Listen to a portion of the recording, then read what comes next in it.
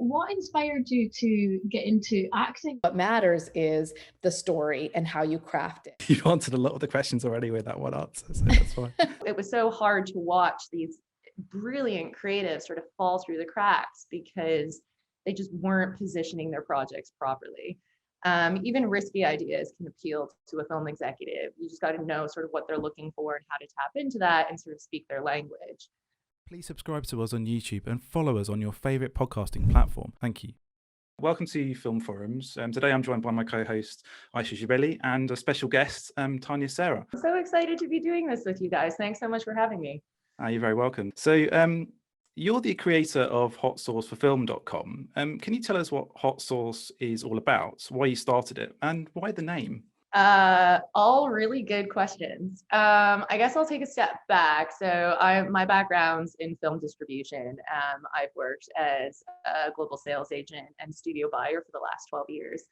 And I got to work with like amazing big commercial films and witness Prestige and Be Fair. And sort of along the way, I started to see this gap in the market, really talented creatives with incredible stories to tell, but not positioning them properly. Essentially, not giving what the executives what they want and need to hear in order for them to be convinced of their idea. And it's obviously a tough industry, the film industry, but it was so hard to watch these brilliant creatives sort of fall through the cracks because they just weren't positioning their projects properly.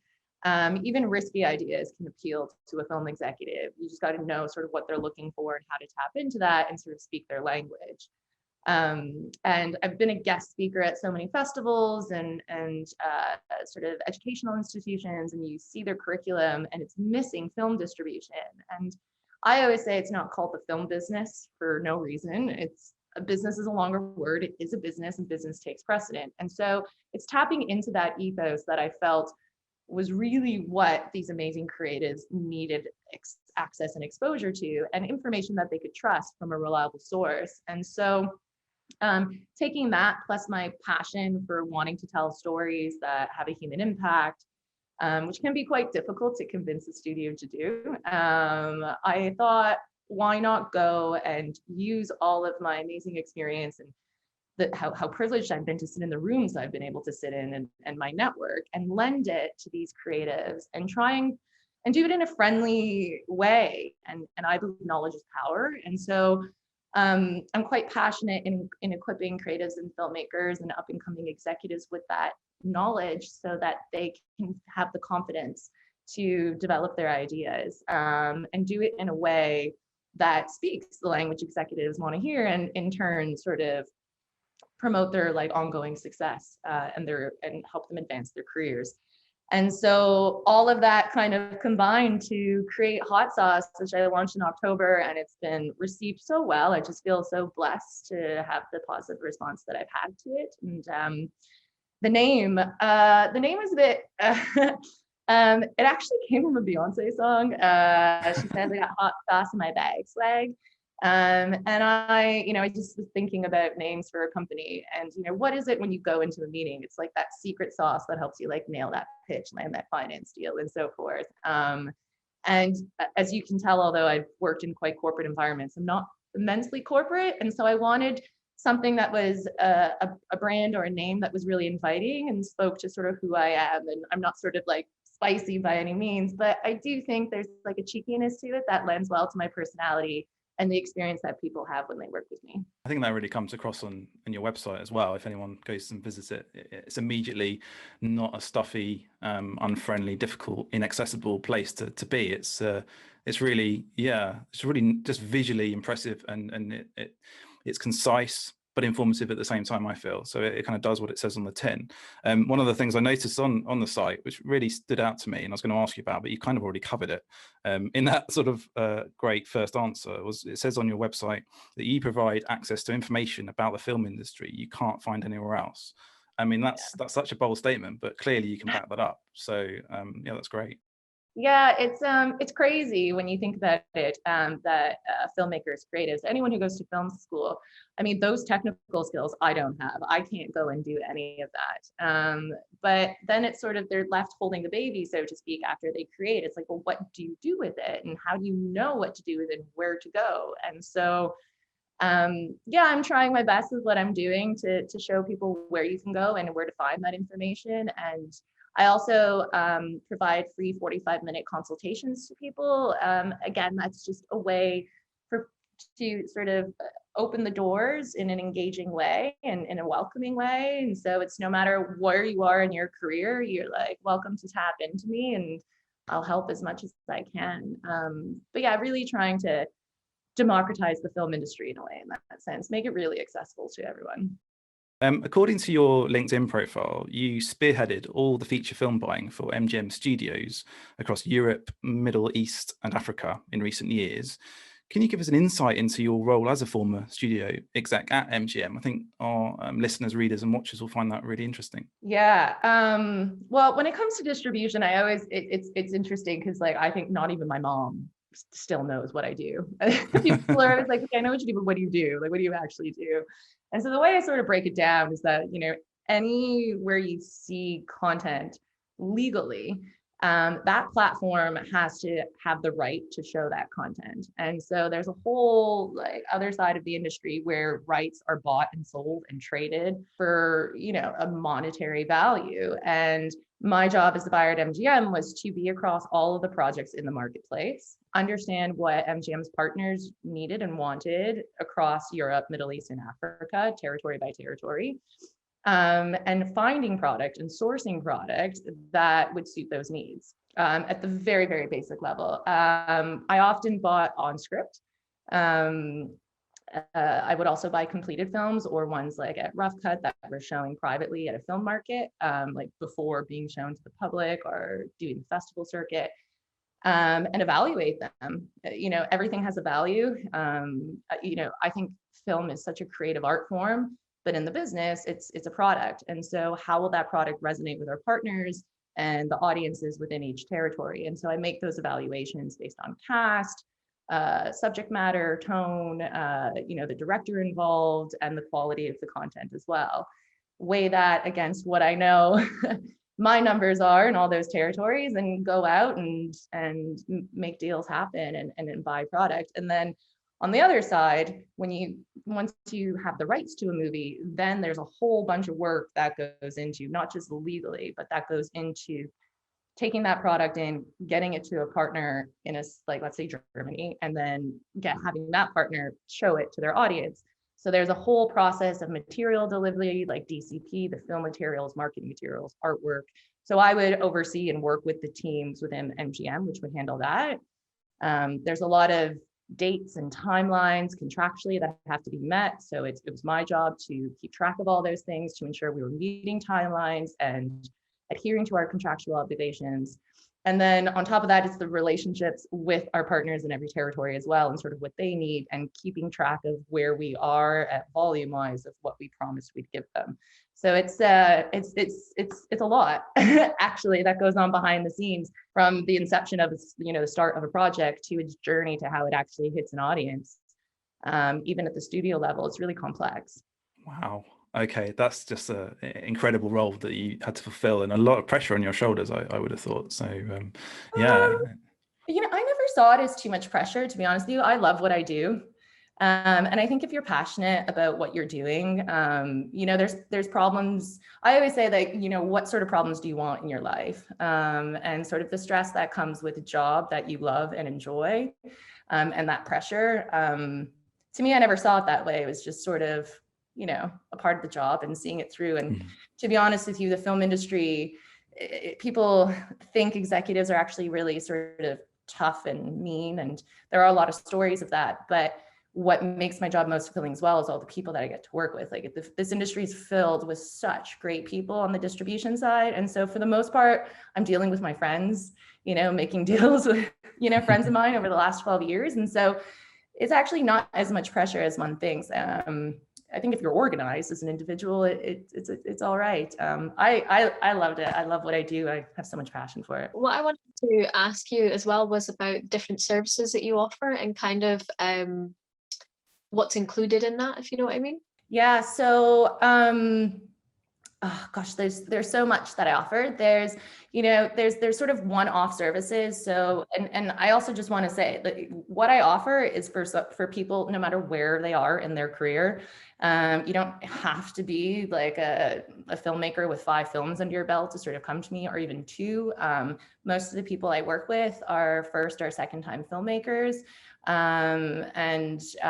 It's a real immense pleasure to sort of meet them at that stage, because I can help them build the foundational knowledge. So as they scale their career, they're doing it in a way that is beneficial to themselves as well as the broader film community. And they're, well equipped to be able to do it with the business context. So I do everything from script consulting to pitch deck doctoring to distribution strategy. I provide negotiation support, so not a lawyer, but I've dealt with enough agreements in my life that I can provide advice about tactical negotiation strategy. And I know, all the ways in which to navigate clauses in a way that's friendly to both parties, but so that your people are protected. So I provide a bit of guidance there.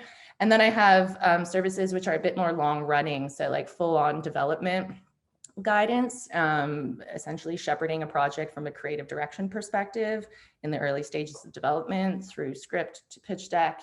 And then sort of they go off and, make their project.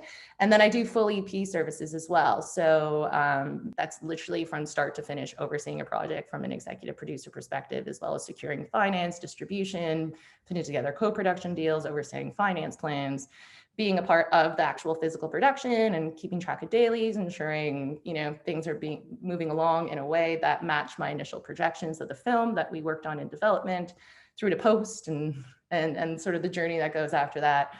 So there's quite a lot I offer and it's all very much focused on the business side.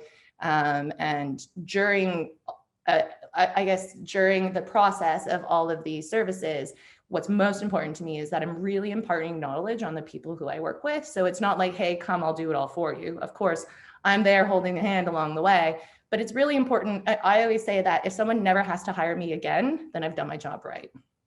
That's amazing. It's really about like how I started equipping people with the knowledge so that they have the confidence to do this on their own. So one of the things that you talk about a lot on your social media, and obviously, we've spoken about privately as well, is the importance of pitching and how to make a good pitch deck. And you obviously gave away a fantastic free resource as well as a PDF for people to give them a little bit of guidance on that. Mm-hmm. If you were to give like your top 3 tips, what would they be in regards to pitch decks? For pitch decks, be as concise but as detailed as possible. Think about who your audience is. If you're pitching this to an executive or even a financier, these are extremely busy people, like extremely busy people. And so no one has time to read a 3, 4, 5, 6, 7 page synopsis in a pitch deck. Your pitch deck is an introduction to your film. And so there's the script. So what your pitch deck does is sell an executive on an idea enough that they're interested in order to ask for the script. And so it's about creating the world without convoluting the information and making it really easy and digestible for people to walk through. That's sort of my number one thing that I always tell people. And in the free resource that you mentioned, I very much emphasize in there, like, keep it to 1 page. Like, if you want people to absorb it the way you're putting it on the paper, well, then make it easy for them to do it, especially executives. The amount of pitches that we receive and scripts, it's insane. So you don't want to get lost in that. You want to make it easy for people to navigate that and actually be drawn to what you're putting out there, as opposed to like, whoa, this is overwhelming, screw this, I'm going back to my emails. The second thing I see quite consistently when it comes to pitch decks and sort of a place where people usually get it wrong is when they comp films. So there's different types of comps. There are story comps, tone and visual comps, and then there's business comps. And so it's important to ensure that you're being specific when you're using comps. For those who don't know, what do you mean by comps? Okay, comps are also known as comparable films. Comp is just a short form term that the industry uses. Comparable films are films which are comparable on different levels. And so there's comparable films from a story level. So if you're making a movie that's, based on, some sort of monster-esque figure falling in love, like Beauty and the Beast type thing, you might reference Guillermo del Toro's Shape of Water or something. As an independent film, that's only applicable as a story comp, because I'm sure we're not making it on the budget he had, and it's, not being done under a studio with studio marketing. And so it's unrealistic to comp story against business in that sense. And in my pitch deck workshop, I actually go into quite a lot of detail about that and the 7 factors of a business comp. But there are things like the budget level has to be similar, the cast level has to be similar, the level of director, the anticipated form of distribution. So, generally a first-time filmmaker with an independent film, is likely not going to get universal main labels distribution. They might get focus features, the more specialty label. And that means a different level of distribution, a smaller sort of marketing budget, and the breadth of which, an audience that will show up is really dependent on its exposure. So it's those sorts of things. So it's one area where people get it really wrong is how they comp their films. And it actually works in reverse for them, because it shows that you don't really understand the industry. And as a result, what we're looking for in a pitch deck, and when executives are looking for when we meet with people, the road to making a film is a long road. It's a 2 to 3 year process. And so we have to work together for that long. And we're also giving a lot of money to people in order for them to work on their projects. So it's about having the comfort of knowing that the person you're working with, one, is going to be a really good, trusted, and reliable partner. And 2, your money is safe in their hands and they know what they're doing. They have a scope of understanding about the business and what's important to an executive. So yeah, that was 2 things, wasn't it? A third thing that people get wrong in a pitch deck, not identifying the format of their project is actually a really big thing, to be completely honest with you. There's so many different forms of media these days. And so being clear if it's a TV series, is it limited? Is it a reoccurring series, mini series? If it's a feature film, what's the genre? What stage of development, or like what stage is the project in? Is it development? Is it like script stage, or where are you at with things? And being able to communicate that, it's very often not included properly in things. And I think filmmakers do it because they're afraid that if they don't have enough there, that an executive will be dissuaded from from having any interest in the project. But that's not true. There might not be immediate interest, but there might be follow-up interest. And so can't really pull much over an executive's eyes. The amount of projects that we see, we kind of know everything and we've seen all the tricks. And so being honest and forthright with where you are with your project is actually the best thing you could do. Fantastic. Thank you so much for that. It's like a wealth of knowledge there in a few minutes, but amazing. Have you had any feedback from creative students, so actors, directors, writers, in terms of when they've taken your course or a workshop, and then after that they secured a role, or something's happened for them in their career having attended one of your courses or workshops? It's actually like the most fulfilling part of my job when I get emails from people that I've worked with. So there was one producer who took my first pitch deck workshop. And she had actually done a consult with me prior to, and she has made, she's a successful working producer. So she's done a ton of pitch meetings. She's gotten stuff off the ground on the TV side and on the feature film side. And she actually is really good at pitching. She's pitched me before when I worked at the studio. So, and she took my course, and she learned so much about it, mostly about the comping and the business side and all of that. She had the creative down, but the business side, she just, even with her experience of going through the process of selling films and distribution and so forth, she really, you really don't get you don't get to go behind the scenes, even when you are, being successful with your projects. And so she took so much away from it. She had a pitch like a month later, and I got an email from her and basically saying like, I incorporated everything that I learned from your course. They've picked it up right away. WME's doing this. They also want to make it into a podcast. And like so many doors open for her simply because she positioned her project properly from a business perspective. And it just like made my heart smile so much, because that's like, that's all I want to do, is help people have that level of success and confidence. And like just nailed it. There's been another one since that she actually hired me to help with, that she was successful with.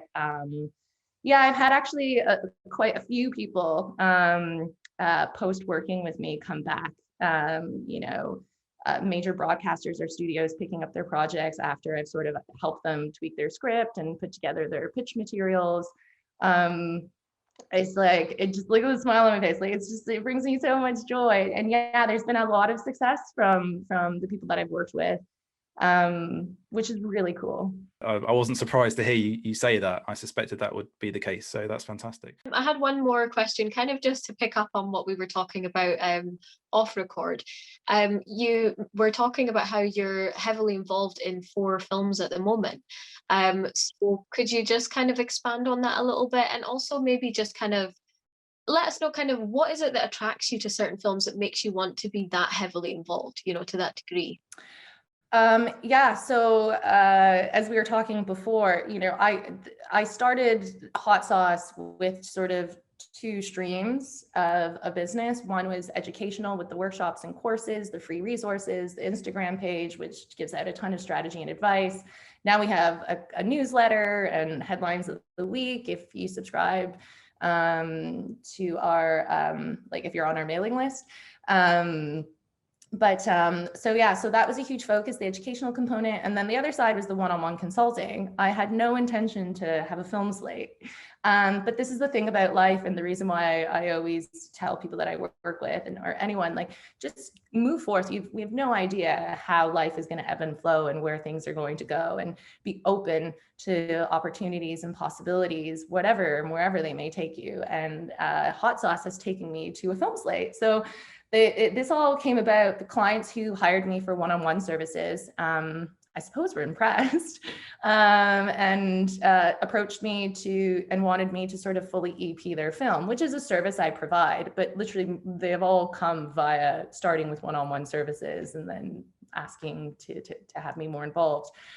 So that's really cool. So I have 4 films that I'm either EPing or developing as a creative director, a TV series, and 2 short films now. It was really cool, to be honest with you. It's what I love most, and I talk to my friends who are other executives in this, and they think this is really awesome. And really needed. So executives are like, thank you, Tania, for like taking a step forth and doing this for filmmakers, because it's going to help them so much and help us find better talent. And to be honest with you, help the film, like, just get better ideas out there and more diverse ideas. But it really comes to one, chemistry, to be completely honest with you. The other is, it's really cool finding like undiscovered talent, and there's so much great undiscovered talent out there. And so the way I sort of choose the projects to onboard on an EP perspective, one, I have to resonate with the subject matter. So it has to be something that personally I believe in. Going back to what I said previously, making a film is a long process. And if you're not passionate about it, even about the film industry, it's a tough business. It's a tough process. You have to really love what you're doing. And so on a very personal level, I have to just love what the story is trying to say and what it's trying to do. But I'm most keen to find creatives. Listen, it's really easy to go out there and make your cookie cutter action thriller. Someone will pick it up. It'll go straight to VOD. You'll make some money off of it, maybe, if you do it for the right budget and like go to town. And I love those. Don't get me wrong. I'm a very commercially oriented person working on studio films, like $80 million Mark Wahlberg stuff was really cool. But it's not going to change the world. And I don't think I'm this like big holier than thou person that like, oh, I can like change the world, but films and content have the ability to do that. And that's the type of content that I want to support. That's what I want to use all of my expertise and my network for. And so that's sort of the second criteria.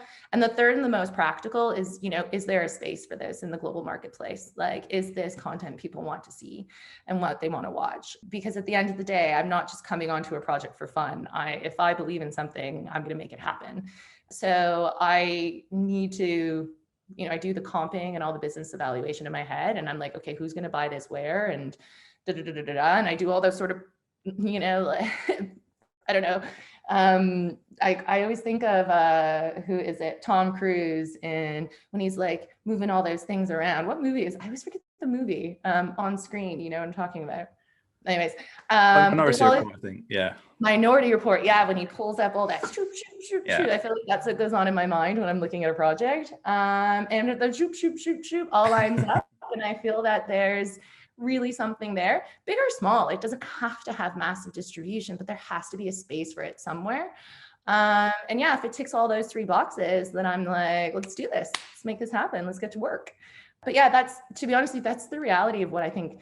I think when you're working at a studio or for a company, that your personal opinion is not the first one. It has to be what is best, like for the company, and what do we do, and what content do we focus on, and what do our partners want.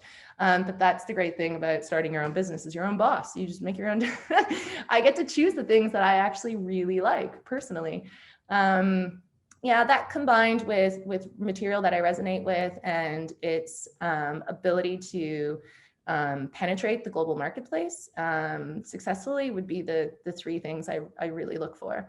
And as I said, big or small, it doesn't matter if it's English language or not. I have one film that's a Mexican horror film, another one that's an Italian film. The other ones are English language, but it doesn't matter about language, especially these days. The international films, finally, people are starting to see them for what they are, because there's so many good foreign language films out there.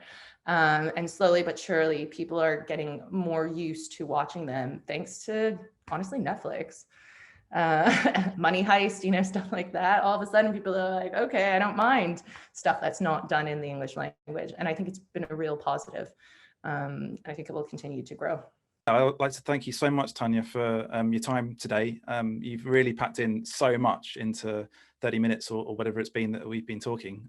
So yeah, thank you so much for your time. I really appreciate it. It's been an immense pleasure. Let's do it again soon. Please subscribe to us on YouTube and follow us on your favorite podcasting platform. Thank you.